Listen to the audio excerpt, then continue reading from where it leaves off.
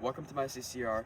Today, we're going to be showing you behind the scenes of the film He Lurks. This is where we filmed, and we're going to be introducing how we used hardware and software to make our film better and include multiple scenes of ring lights, drones, and specific editing techniques.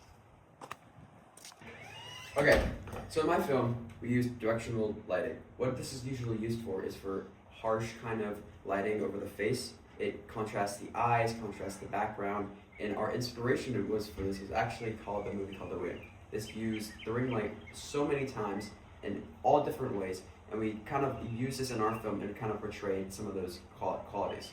Okay, so in our movie, we actually had one person coming in the door and two people standing right here, and we had another person holding this ring light right here to add that shadow or that light on their hair.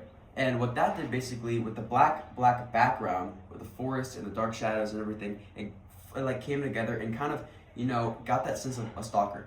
And what that basically does is let our people watching the movie know that later in the movie, there's going to be some presence of someone lurking, like he lurks. Here the ring light is being used, and I am working on recording, and there's my sister holding it and Parker getting ready to open the door. And since this scene did not get in, this is still a very great example of how we use this ring light. This ring light is casting the shadow over his head and contrasting between the background. Now here, this is a great example of our hardware. This shot used a drone and directly cast that overhead. And so with the drone, it was able to give another perspective that you really wouldn't usually get in other types of films. Here you can see me using props. We tried to keep everything as real as possible to a cookout, so we bought some food and set it all up so it looked closest to a cookout. And this is my point of view shot with the meta glasses. To create this scene, we used the software CapCut to add the car going over the text.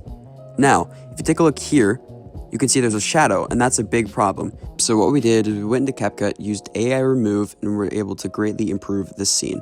Here you can see all of our audios we use, such as sound beds, different kind of soundscapes, lots of dissonance, Foleys we added, lots of non-diegetic and diegetic sounds to make the film more alive. We use this through CapCut and finding clips off of YouTube and making sounds our own.